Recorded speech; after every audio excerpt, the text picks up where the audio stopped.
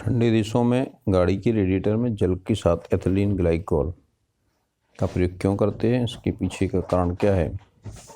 आपको पता है रेडिएटर का काम इंजन को ठंडा रखना होता है और वो घूमता रहता है उसमें।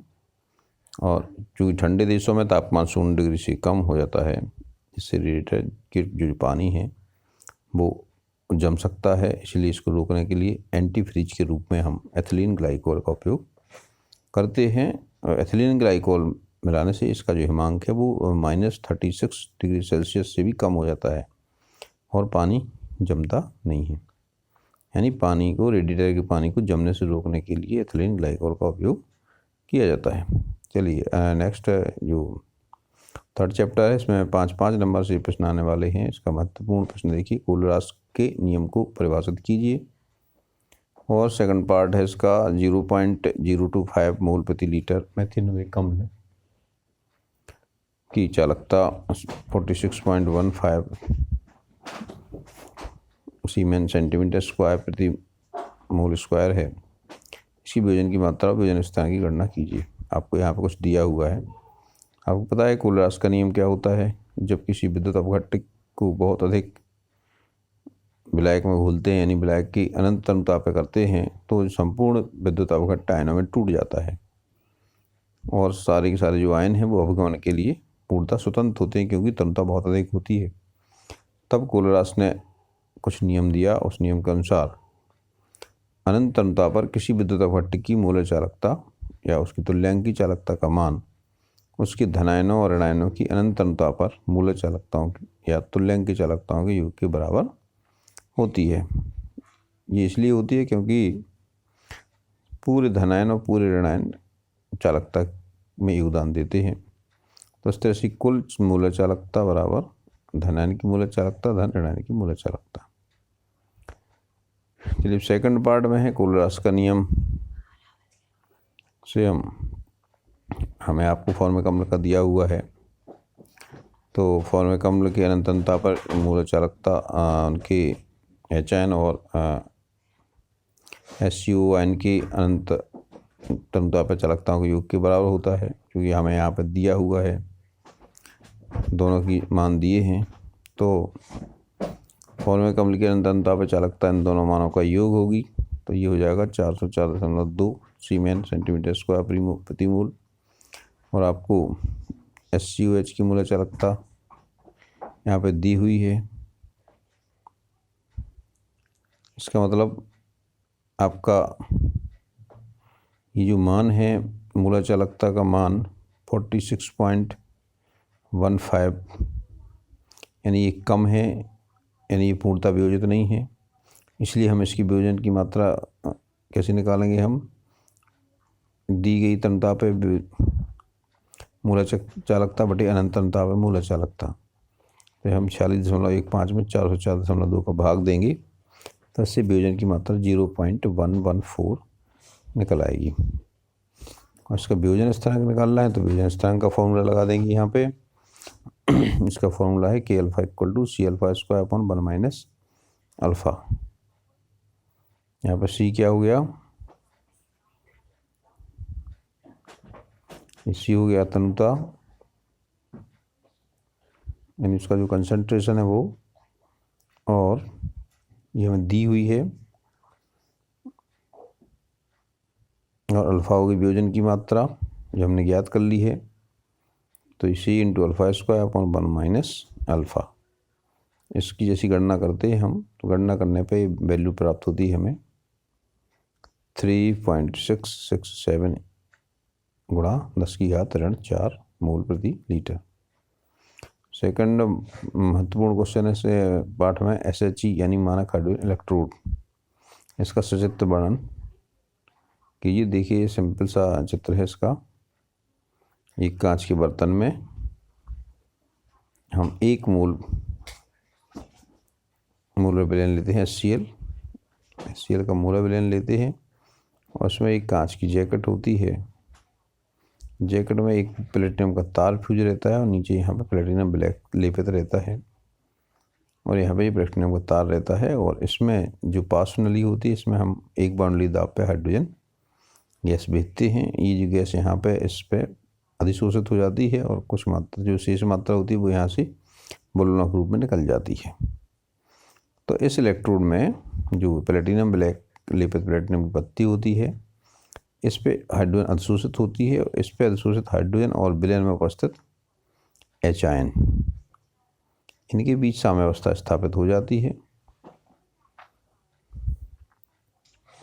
और ये जो विभव उत्पन्न होता है ये इलेक्ट्रोड विभव होता है इसका, और ये इलेक्ट्रोड विभव क्या माना जाता है 0.0 वोल्ट माना जाता है। देखिए यहाँ पे साम्यावस्था होती है वो किस तरह होती है, हाइड्रोजन, ये अधिशोषित हाइड्रोजन है और ये विलयन में आयन है।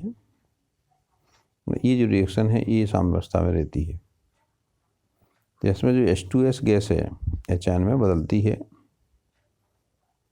तो इस तरह से ये एनोड का भी काम करती है और कैथोड का भी काम करता है। जब यहाँ पे H यानी हाइड्रोजन आयन बदलती है, यानी इलेक्ट्रॉन त्यागती है, तो ये एनोड का काम करता है। और जब विलयन में से उपस्थित H आयन इलेक्ट्रॉन ग्रहण करके हाइड्रोजन गैस में बदलती है तो ये कैथोड का काम करती है। उस तरह से इसका जो कुल प्रभाव है वो क्या माना जाता है 0.0 वोल्ट माना जाता है। चलिए विद्युत रासायनिक श्रेणी किसे कहते हैं, इसकी विशेषताएं लिखिए।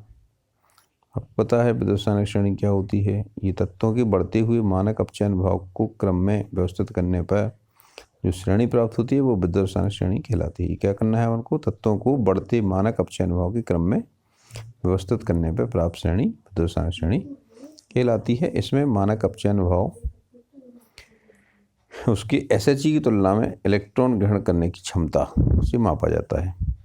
यानी हम एक तरफ SHE लगा देते हैं और दूसरी तरफ वो उस धातु का इलेक्ट्रोड लगा देते हैं और उसमें इलेक्ट्रॉन की ग्रहण करने की क्षमता होगी तो धनात्मक होगा उसका आवेश वो विभव, और इलेक्ट्रॉन त्यागने की क्षमता होगी तो ऋणात्मक होगा। जैसे लिथियम सबसे अधिक ऋणात्मक मानक अपचयन भाव वाला है और जबकि फ्लोरीन सबसे अधिक धनात्मक अपचयन भाव वाला पदार्थ है। तो इसमें लिथियम को सबसे ऊपर और फ्लोरीन को सबसे नीचे रखा गया है।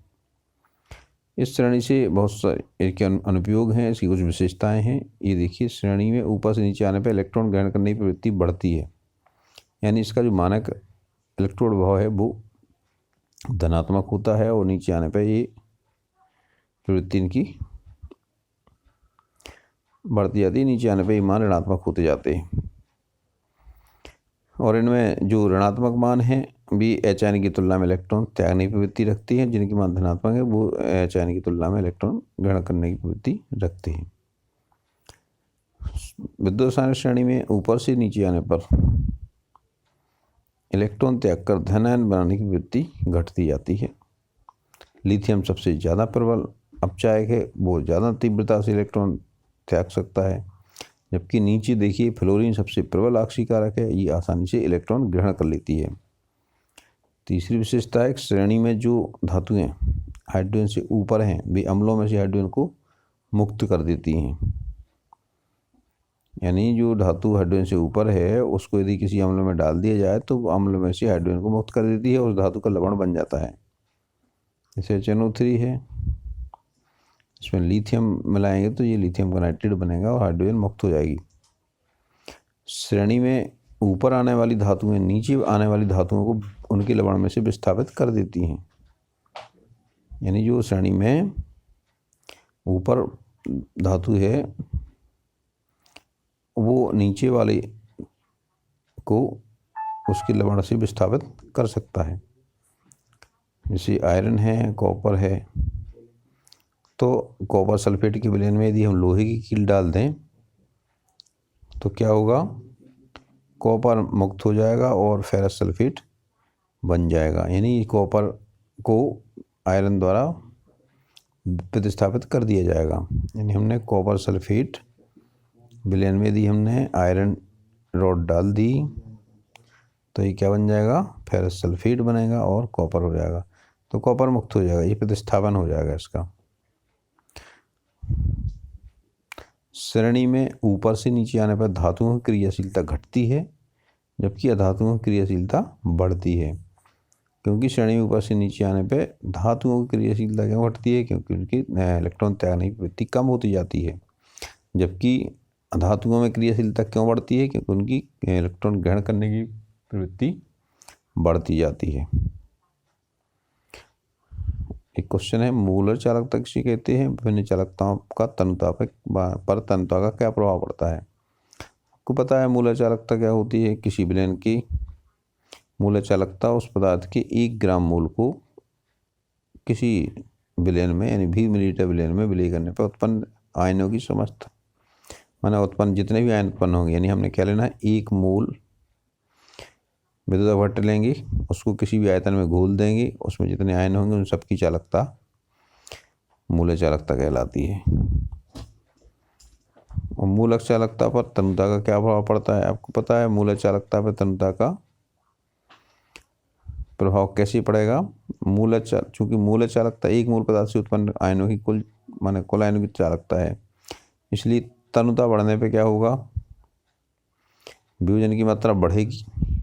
वियोजन की मात्रा बढ़ेगी तो आयनों की संख्या भी बढ़ेगी। जब आयनों की संख्या बढ़ेगी तो चालकता बढ़ जाएगी, यानी मूलक चालकता तनुता बढ़ाने पे बढ़ती है।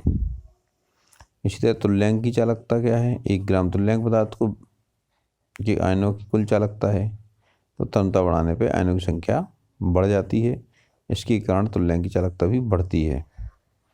अब बात करें विशिष्ट चालकता की, तो विशिष्ट चालकता होती है 1 घन सेंटीमीटर विलयन की चालकता होती है, यानी इकाई आयतन की विद्युत अपघट्य की विलयन की इकाई आयतन की चालकता को हम विशिष्ट चालकता कहते हैं। जैसी तनुता बढ़ाएंगे तो इकाई आयतन में आयनों की संख्या कम हो जाएगी।